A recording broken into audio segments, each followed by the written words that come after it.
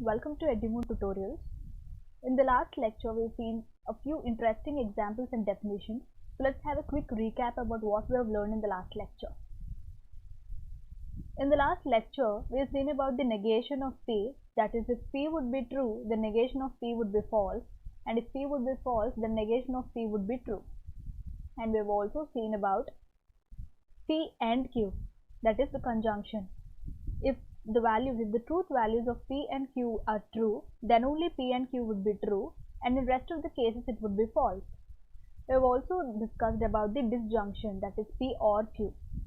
When either of P or Q would be true, then P or Q would be true, and in rest of the cases, that is when P and Q are false, then the disjunction P or Q would be false. So in this lecture, we are going to cover even more interesting topics. Let's see that. So the fourth definition we are going to learn is about the exclusive OR. Here, let P and Q be propositions. The exclusive OR of P and Q, denoted by P exclusive OR Q, is the proposition that is true when exactly one of P and Q is true and is false otherwise. That is, which means that let P and Q be proposition, the P exclusive OR Q would be true when either P or Q would be true, and in rest of the cases it would be false. Let's see a truth table to understand better. Here, as we have learned, in this case P is true and Q is false, therefore P exclusive OR Q is true. Here P is false and Q is true, therefore P exclusive OR Q is true, and in rest of the cases when both P and Q have the same truth values, it is false. Let's learn about conditional statements. What are conditional statements? Let P and Q be propositions. The conditional statement if P then Q is the proposition if P then Q. That is, when you are expressing it in English, you have to use this sentence. The conditional statement if P then Q is false when P is true and Q is false and true otherwise, which means that the conditional statement, that is if P then Q, would be false only if P is true, proposition P is true and Q is false, and in rest of the cases it would be true. And in the conditional statement, P is called as the hypothesis and Q is called as the conclusion or consequence. Let's see the truth table. As we have learned, when the conditional statement would be false, when P is true and Q is false, then if P then Q would be false. In rest of the cases, it would be true. There are often a lot of ways of expressing if P then Q.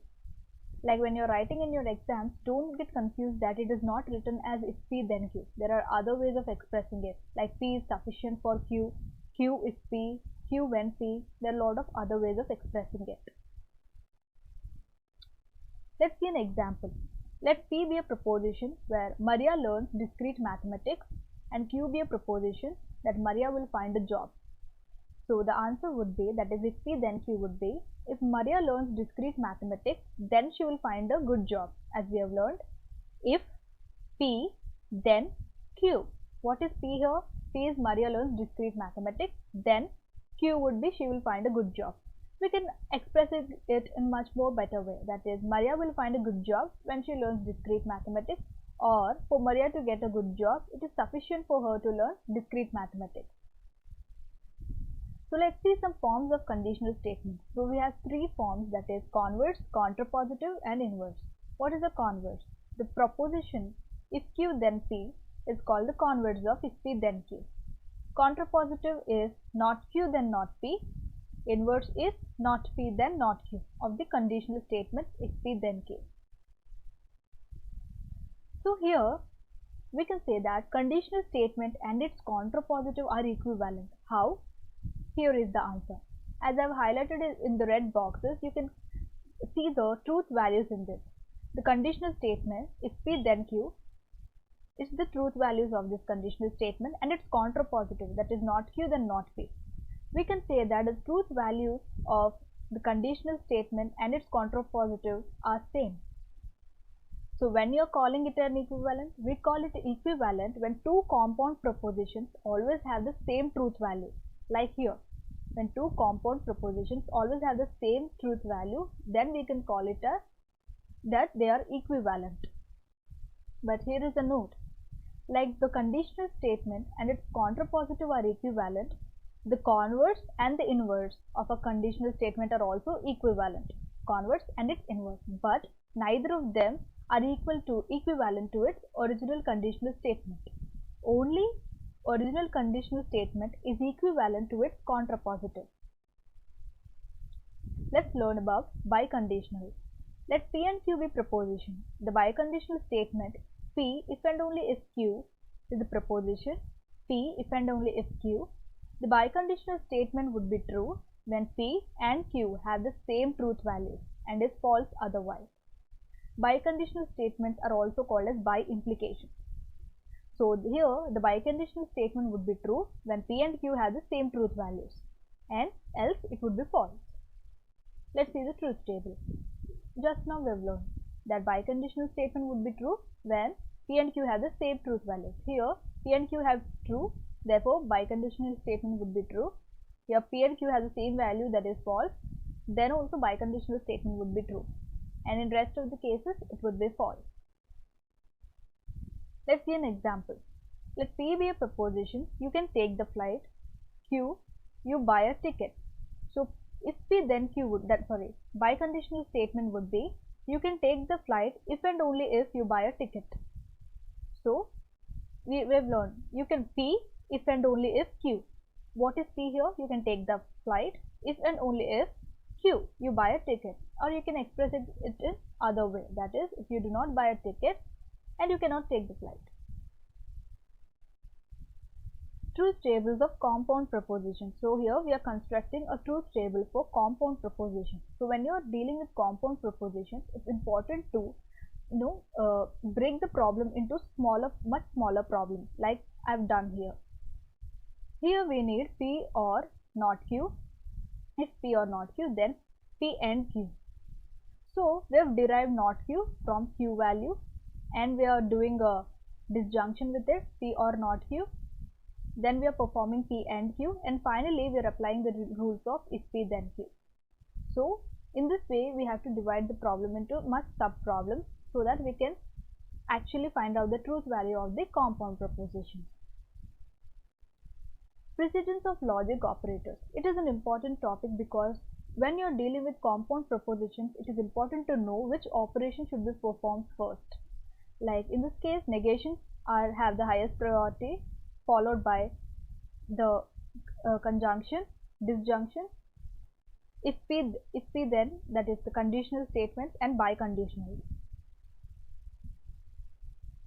Logical and bit operations. Till now we have dealt about truth values, that is capital T and capital F. Now we are dealing with the logical bit operations, that is bit operations are zeros and ones. So 0 is for false and 1 is for true. As we have learned, as we have covered, that is x or y would be true if either one of them would be true.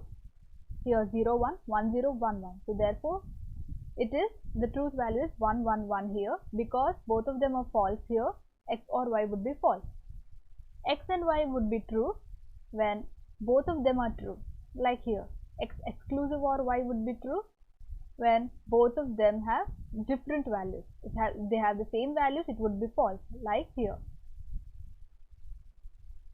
Definition 7 is about the bit string. A bit string is a sequence of 0 or more bits.